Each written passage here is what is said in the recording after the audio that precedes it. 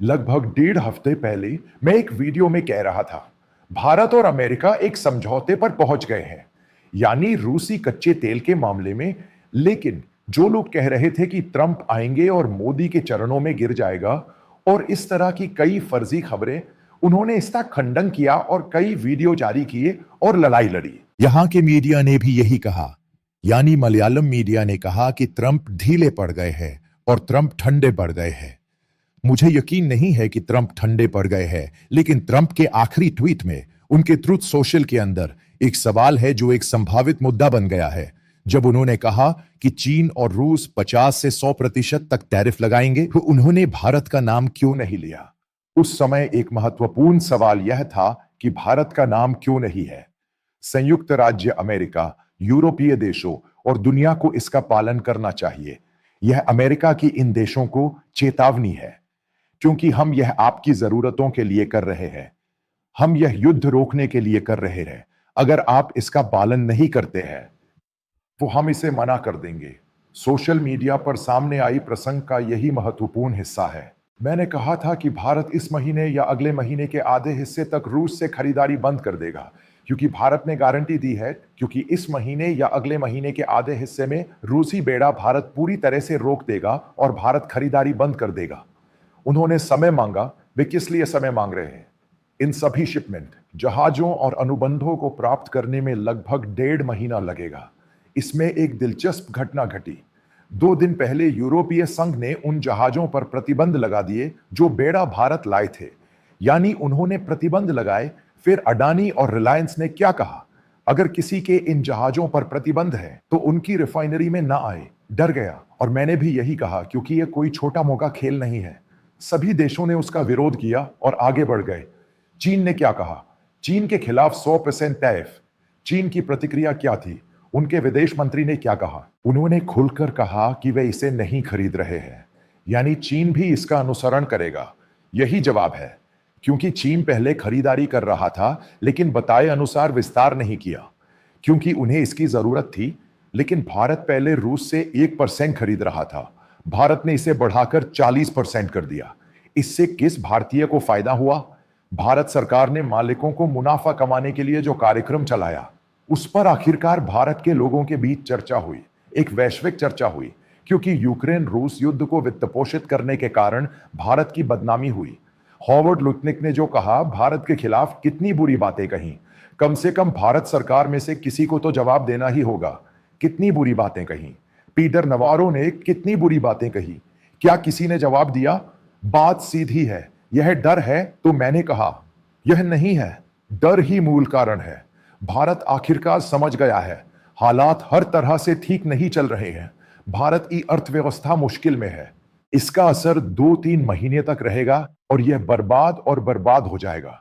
इसीलिए भारत सरकार ने हमसे पिछले दरवाजे से बात की और कहा कि हम भारत को इसे खरीदने से रोकेंगे। फिर रूस ने हमें बताया कि रूस का एक बयान आया है और भारत के रूस के साथ अच्छे रिश्ते रहेंगे, क्योंकि वे यह सब जानते हैं। वे जानते हैं कि भारत रुक जाएगा, क्योंकि दबाव है, वैश्विक दबाव है। अब अगला अहम मुद्दा अमेरिका का है। इसी वजह से अमेरिका ने कहा कि भारत रुक जाएगा। अमेरिका फिर से भारत के साथ पारस्परिक टैरिफ पर बातचीत करना चाहता है, रूसी कच्चे तेल पर नहीं, क्योंकि यह पहले ही कहा जा चुका है कि जब भारत ऐसा करेगा तो इसमें 25% का बदलाव आएगा। इस पारस्परिक टैरिफ पर चर्चा के लिए उसका प्रतिनिधि भारत आ रहा है। यह सर्वविदित है कि भारत सरकार ने पुरानी बातचीत के विषय से कई लोगों को हटा दिया है और मोदी इसे सीधे करेंगे। इसके अंदर समझने लायक एक महत्वपूर्ण हिस्सा है भारतीय कपास और अमेरिकी कपास उद्योग के साथ। यह एक बड़ा कर था, 11%, जिसे भारत सरकार ने हटा दिया। मैं आपको कुछ बातें बताऊंगा। भारत अमेरिकी कृषि उत्पादों के लिए बहुत कुछ खोलेगा, सभी के लिए नहीं, क्योंकि अमेरिका ने भारत का प्रस्ताव सुनने के बाद यह 25% तय किया था। उन्होंने कहा कि यह संभव नहीं है। आखिरकार भारत बातचीत करने जा रहा है, यानी भारत रियायतों की घोषणा करने जा रहा है। मैंने भी यही बात कही, क्योंकि हम अमेरिका से लड़ाई नहीं कर सकते। भारत का सबसे बड़ा बाजार अमेरिका है। यह अमेरिका नहीं कहता, लेकिन यूरोपीय देश और जापान सिर्फ अमेरिका की ही बात सुनेंगे। कोरिया भी इसे सुनता है। अगर 25 का पारस्परिक टैरिफ लगभग 12 या 13 आता है तो कोई समस्या नहीं है, लेकिन अगर यह 15 भी है तो यह एक समस्या है, क्योंकि दूसरे लोग कहीं ज्यादा लचीली दर पर इससे ज्यादा भुगतान करने को तैयार है, क्योंकि यह कोई बहुपक्षीय मुद्दा नहीं है। ऐसा इसलिए है क्योंकि दूसरे वैश्विक खिलाड़ी हैं जो इसे वहां पहुंचाएंगे। जहां तक मुझे पता है, कुछ क्षेत्रों में, कृषि क्षेत्रों में, यानी बीटी कॉटन, कई अमेरिकी कृषि उत्पादों के बारे में उन्होंने कहा कि इसमें डेयरी उत्पाद नहीं है, क्योंकि एक बार डेयरी उत्पाद आ गए तो यह वास्तव में भारतीय कृषि क्षेत्र को प्रभावित करेगा। शहरी वर्ग के लिए कई अन्य उत्पाद हैं, यानी शहरी वर्ग एक अभिजातीय और उच्च मध्यम वर्ग के लिए उत्पाद है, लेकिन इसमें कुछ खामियां हैं। जब भारत सरकार इसे लाती है तो यह ज्ञात है कि कर कम हो जाएंगे और टैरिफ कम हो जाएंगे, अन्यथा यह भारतीय कृषि क्षेत्र को बुरी तरह प्रभावित करेगा। इसलिए यदि आप उस तरफ जाते हैं तो मेरा विचार है कि हमें कृषि क्षेत्र में 1% भी कम नहीं करना चाहिए, क्योंकि भारतीय कृषि फार्म हाउस से बुरी तरह प्रभावित होगी। लेकिन इस एमएसएमई यानी इस मध्यम और लघु उद्योग को अपने भीतर इस प्रतिस्पर्धा की आवश्यकता है। एमएसएमई के बारे में बात करते हुए, वे चीन से सामान लाते हैं और यहां उसकी असेंबलिंग करते हैं और वे इसे मेड इन चाइना कहते हैं, और फिर इसका बड़ा प्रतिशत बिकता है। एक बार उत्पाद वहां से आ जाए तो यह प्रतिस्पर्धी होगा। इसी तरह अगर सौंदर्य प्रसाधन और अन्य उत्पाद वहां से आते हैं तो भारतीय बाजार में इसकी बढ़ता होगी। भारतीय उत्पादों के अच्छे होने की संभावना है। मैं इससे सहमत हूं, क्योंकि यह एक अच्छा फैसला है। पहले एमएसएमई क्षेत्र भयानक और समस्याग्रस्त था, फिर यह बंद हो गया और लचीला हो गया। आप जो कह रहे हैं वह कुछ भी नहीं है। यहां जो हो रहा है वह यहां के चैनल और मीडिया नहीं कह रहे हैं। ग्लोबल रिपोर्ट और ग्लोबल न्यूज़पेपर इसे बहुत सही कह रहे हैं, क्योंकि अमेरिका की भारतीय बाजार में रुचि है। यह सब खत्म होना चाहिए, क्योंकि यह बहुत बड़ा है और यह टैक्स 175% है। इसी तरह अमेरिकी विस्की शराब के कारण वैश्विक स्तर पर जानी जाती है, इसलिए इसके लिए एक भारतीय बाजार है। हम वर्तमान बाजार से सहमत नहीं हो सकते, इसलिए एक संभावित संभावना है कि वे सभी उत्पाद आएंगे, टैरिफ कम हो जाएगा। और भी बहुत कुछ है, लेकिन इस भारतीय उत्पाद यानी इसका संतुलन थोड़ा बदलना चाहिए। यानी एक घटना है, भारत को अमेरिकी उत्पाद यानी रक्षा उत्पाद अपनी पसंद के अनुसार खरीदने का प्रस्ताव दिया। अगर हम ये सब भी कहें तो भारतीय नौसेना के लिए गश्ती विमान लगभग $4 बिलियन का सौदा पर अमेरिका ने सहमति जताई है, क्योंकि भारत, जैसा कि मैंने पहले कहा, भारत के रक्षा क्षेत्र में रूस से हटकर इसमें बदलाव आएगा। उससे भी बढ़कर रूसी समझौते को लेकर दुनिया भर में एक समझ है। चीन को प्रतिस्पर्धी हथियारों की जरूरत है, इन्हें कौन बनाता है और कौन बनाता है। इस बीच आपके ध्यान में एक दिलचस्प घटना आई है, जेट इंजन से जुड़ी फ्रांस की घटना। फ्रांस भारत को जेट इंजन बनाने में मदद करेगा। आपको इसका तर्क समझना चाहिए। भारत में यह बड़ी खबर थी कि उसकी सबसे बड़ी कंपनी भारत के लिए ये फ्रांसीसी लड़ाकू विमान बना रही है। तेजस और नई 5वीं पीढ़ी आदि का इंजन जोड़ भारत में ही बना है। चलिए पहले आपको कुछ समझने की जरूरत है। ये देश है अमेरिका, फ्रांस, जर्मनी, यूके आदि। ये उनका बाजार है भारत। पहले ये समझ लीजिए कि वे इस भारतीय विमान का निर्माण यही भारत में कर रहे हैं। उन्होंने हाथ मिलाया है और यही महत्वपूर्ण बात है। भारत में विमान का निर्माण पूरा होने के बाद भारतीय कौन है? कल फ्रांस से राफेल कहा जाएगा, उसका उत्पाद कौन खरीद रहा है? यह सब बकवास है। अब तक यह राफेल भारत को दिया गया और उन्होंने पहले कहा, मुझे इसका सोर्स कोड दो। सोर्स कोड देने के बाद हम यह हथियार एकीकृत कर सकते हैं। यह उनका अपना हथियार है।